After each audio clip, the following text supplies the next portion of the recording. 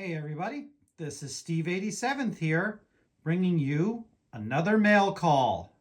Hello, Model Railroaders. It's Steve 87th here. Yeah, I've been away for quite a while. There's a lot of things that have been going on in my life, which kind of took me away from trying to do some of the things that I needed to do, or at least stay in touch with the hobby and all that. I had a couple of emergency trips that I had to take for business, a planned trip that I had to take for business. And then we had some issues at work that came up that are further complicating some things. And then, I don't know, it's just been a whirlwind. I had my sister come into town for a little bit, and we had to kind of make that work out. And but I got to see her, which was really kind of cool. It took a little bit to getting to. And then most recently, my cat has become very ill. And so my wife and I are kind of swapping back and forth on taking care of our kitten right now, because she's in not a good way. But we're getting through things. I actually have cat duty right now, and it's given me some time to do a video for you guys. So it's been about a month and a half, almost 2 months. I haven't actually worked on a lot of stuff, but I have gotten a lot of things. So let's go ahead. We're going to do this as a mail call, more or less, over the last couple of months, and let's see what all we got. Alrighty. So first thing I want to do on my mail call is talk about a mail call I had from last time I talked to you guys. So last time I got a mail call, I went to Lombard Hobbies, and yes, I am going to kind of call them out a little bit here. And I ordered these tangent trucks, okay? They're 100 ton with 0.008 semi-scale 36-inch wheels. The trucks are nice, they roll good and all that kind of stuff, but I have a little bit of an issue. These are tangent wide head 256 screws, 1/4 inch long, right? That fit all of the trucks so that you can actually attach these to your models. Well, I got 8 sets of these for a project, and here's my problem. That once you put the screw in where it's supposed to be, okay, so that's where the screw goes. When you tighten it down, the wheel pops right through. So I can take a wide head screw and pop this all the way through it. Okay, I don't know if I can get any bigger of a wide head screw than this. I mean, it already pretty much covers up the entire hole, and these are tangent screws. But when I put them on my project and picked up my project, the wheels stayed on the tracks. So I tried to contact Lombard Hobby a couple of times by email, just because I have not had time to talk to them by the phone, and got nothing back from their service department. So now I got a couple of 100 tons trucks that I really can't use, but I guess I'll modify them somehow so that they'll make them work. But that was kind of disappointing that I couldn't get anything back. So that was kind of my one mail call. That was kind of a mail call fail. All right, so the first mail call that I have, I bought this CWWR, which is for, it's a railroad that's here locally in Washington, and I can't remember the name of it, but it actually is a log car, which it's really kind of nice. It came like this. So it's an older log car. It's all metal. And I just noticed that it has the Tyco couplers on them, so I have to take those off. And I've got one that is unglued, but you know, that's no big deal. That can get back on there. So as a logging area and all that kind of stuff, I'm going to need some of these. And plus I've got more that I actually have to make. The car is very, very simple, but the nice thing about it, it really weighs a lot. It's nice and heavy and metal. So I was able to pick up one of those off of eBay. So that's kind of a nice for my first set of my fleet. Okay, so the last, I'm going to get to one of my other things last. Let's go to Mini Prints. So Mini Prints had a sale on not too long ago, and it was a duck sale. So I decided, hey, if I can get free ducks, let me go ahead and get some free ducks. So while I was at it, I had to make an order because there was free ducks and there was also free shipping. So I made it up to Bernard and got both of them. So let me show you some of the things I got. I got some 5-gallon buckets from Bernard. I got 2 sets of them. I got more of those concrete blocks that Bernard made that are kind of the square ones. These are going to be really good because they use these a lot for temporarily holding back slides and things like that and different things. So I got a bunch more of those barricades, which was really nice. And I also got some water bottles. I know these are really hard to see, but I got some water bottles for some of my trucks and all that. But what I really wanted to showcase, and this is going to be where it's going to be a little tough. Let me see what I can do to make this a little bit easier. We got a nice card of paper. We'll go ahead and let us increase. But I wanted to shout out, because this was the first time I had done this. I decided to take Bernard up on his offer of, if you wanted to pay a little bit more, you could get painted birds. So let's look at these birds. So these are the seagulls that were hand painted in Bernard's shop. So these things are incredible. Look at the nice detail. Oops, let me get into where you're at. Here we go. Let's look at the nice detail that we have on these. I'm going to move this over so that maybe the camera will focus in on the actual bird, the singular bird. No, it doesn't want to. I don't know why. Okay. We're trying really hard here. There we go. So look at the detail on this bird. You saw all the other ones. It is amazing. I can see the under wings anyway. But I mean, this is one of those nice little flying rats. And it's just incredible, the paint job that he did on it. And look at this guy. Let's see if I can get this guy into focus at all. Get him into the camera. Wow. Okay, we're getting closer. There we go. This is, whoops, there we go. This is one of the stationary ducks that just, seagulls that just stands there. Let's look at that paint job. Look at how amazing that is. And these are my tweezers, so you know how small they are. I wanted to try this out because I've looked at painting these things and I went, oh, that just looks disgusting. So I decided to let it try. And then, because I live in the Pacific Northwest and we have lots and lots and lots of these, I got some birds of prey as well. And look at these. These are the hawks, I believe, and the falcon. So look at the detail and how those birds are. Now remember how small these things are. Let me get... This is an HO scale police car. So you can see the size of these birds. They're just amazing. Okay. I got some other miscellaneous things, which is barbecue grills and things like that, that I'll wind up painting up because those are really easy. They're just black. And then last but not least on Bernard's stuff, let's look at the ducks. He did, the ducks came out wonderful because they made both mallards and female ducks. I forget what they call a female duck. Okay. But look at the ducks.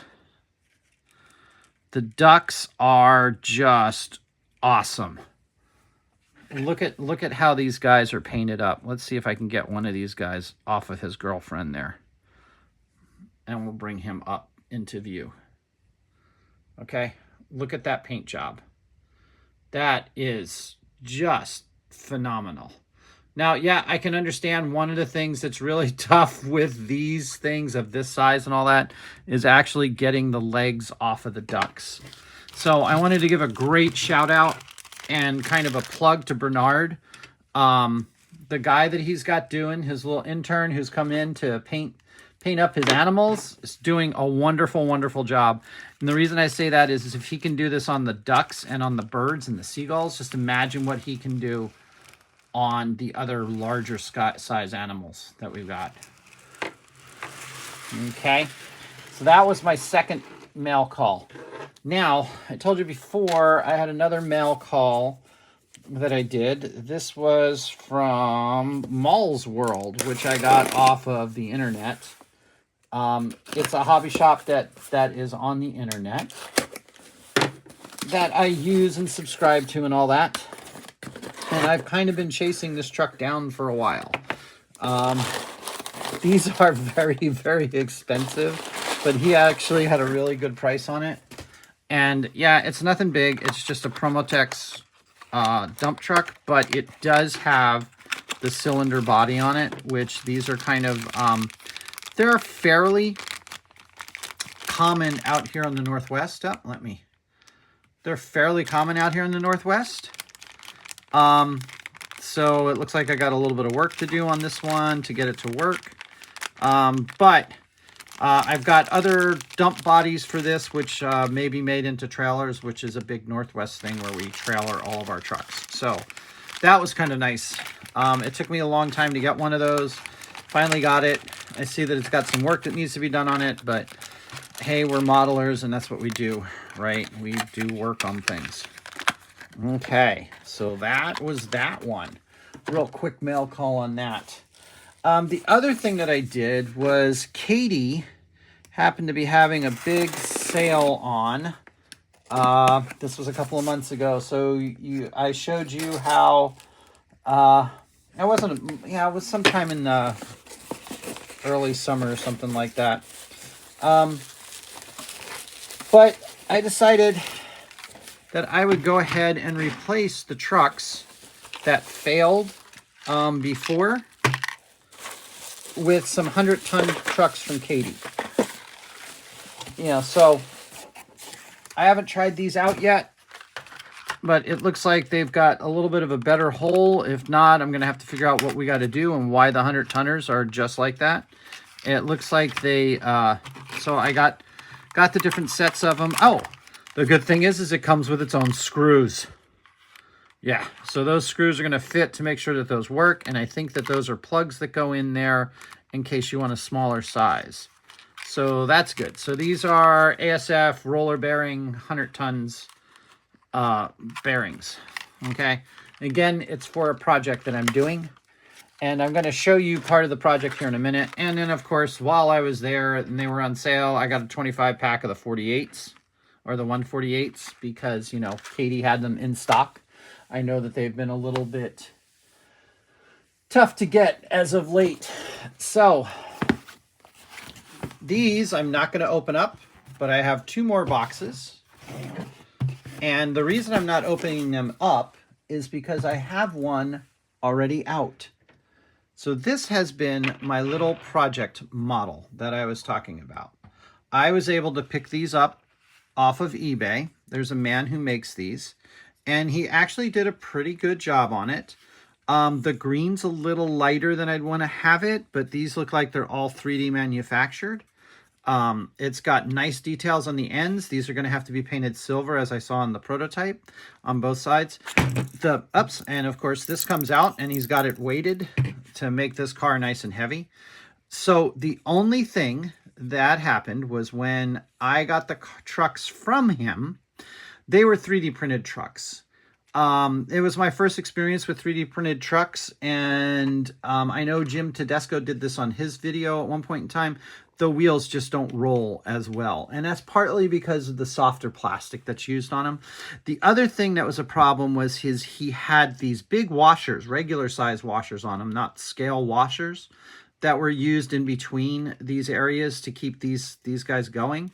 And that made the trucks really, really wobbly and just didn't work at all. So this is what the 100-ton trucks are going to go on. Those 2 boxes that you have over there are 2 more of these.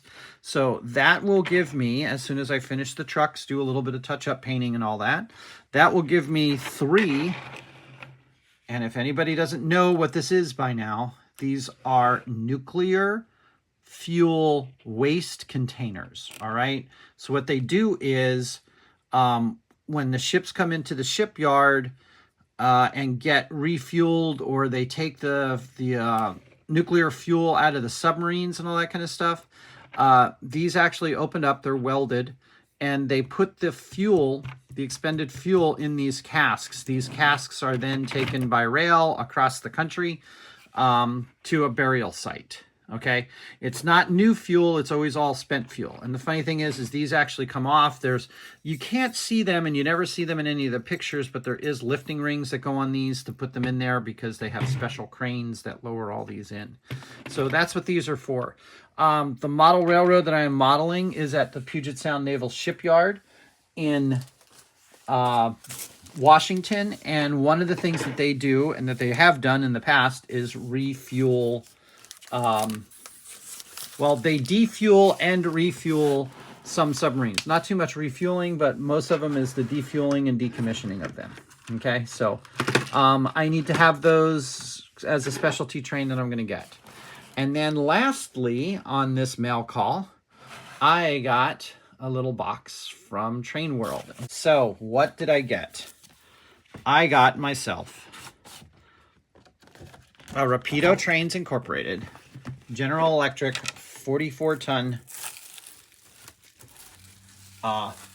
switching engine. Okay. Now, I hope, no, they gave me the wrong color. Ah, crap. It's been a while. Like I said, I haven't been able to do anything with this. We got the manual for the engineman for the 45-ton. That's kind of neat the way that they did it. And it's got all of the settings in here, all of the functions. Man, this means I'm going to have to paint it, or else I'm going to have to take it back and get it exchanged. And then they have it in the other Canadian language. The Manuel du Mécanical from Ontario. So what was supposed to happen was this 44-tonner, which is red generic, was actually supposed to be yellow generic. And it looks like I have a whole bunch of parts I have to put on there, which is really kind of funny because I've got overhead lights. So not exactly sure why it has overhead lights that I have to put in there, because that would mean that the lights don't light. That is kind of odd. So let's just open this up real quick. Oh, there's another sleeve.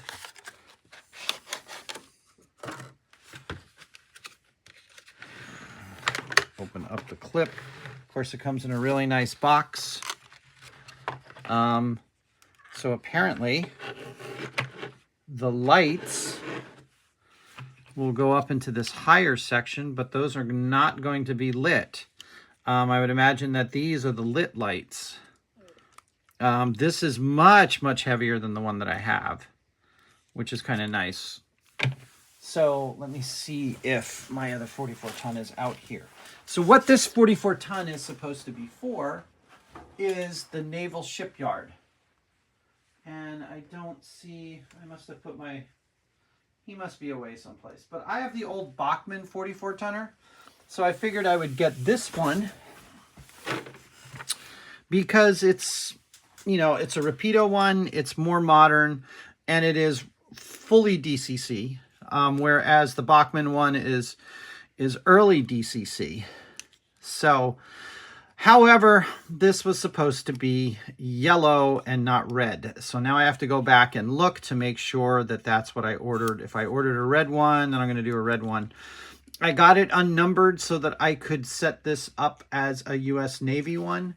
So it was supposed to go with the other U.S. Navy one that I already have, which is this smaller switcher that you guys have seen in the past, right? So the Navy actually does have a 44-ton switcher, which is yellow. Well, we might just wind up making it red, but I want to do the decals on it to make it a U.S. Navy.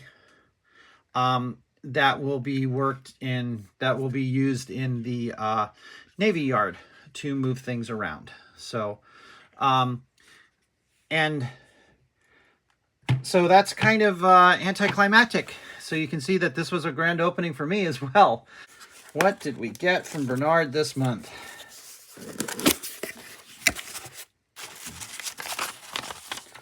Oh, it looks like we have more farm implements. This one is a hay forager, it looks like, for the big thing. Oh, so the first thing we got corn. We got lots and lots of corn.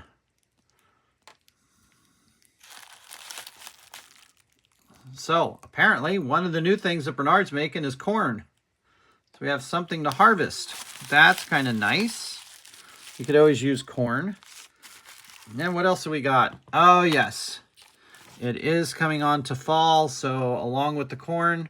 So we can make our corn maze and have our pumpkin patch within the corn maze. That's kind of nice. What else have we got here? We have some topiary pots, or some pots for putting in different plants and things like that. We got a big harvester, and it looks like, yep, you got to put it together. It's got the shooting staff on it and all that, the arm for controlling and all. So we'll see how that all goes together. What's kind of nice is being in the monthly thing, we get a lot of farm implements because, you know, Bernard's got a horse and all that, so he likes to do a lot of the farm stuff. So what else do we got? Oh, it looks like for our Halloween this year, we have a big old Grim Reaper, followed by a Knight from the Round Table, which could be the Black Knight. And let's see. A Scarecrow. There we go, sorry. We got a Scarecrow for the woods, as well as, I would imagine that is a crow or a raven. I would say that it's a raven. Let's just see. I don't want to take all of these out because then I got to put them all back again. I already got a bunch of birds I got to put back. So I believe that that's a raven without looking at any of the things, or it can be a big crow. So that's the mini prints of the month as well. All right, everybody. Like I said, I know this was a little bit long. Thank you all for watching and with your patience. Like I said, I got a lot of things going on. I will be around when I can be around, and I will catch videos when I can catch videos. So until then, this is Steve87 saying thanks for watching. Subscribe, like, send it to your friends. Let others know that I actually have a YouTube channel and all that. And hopefully in the next couple of months, maybe I'll get back to traveling again and seeing you guys around. So, everybody, have a great day.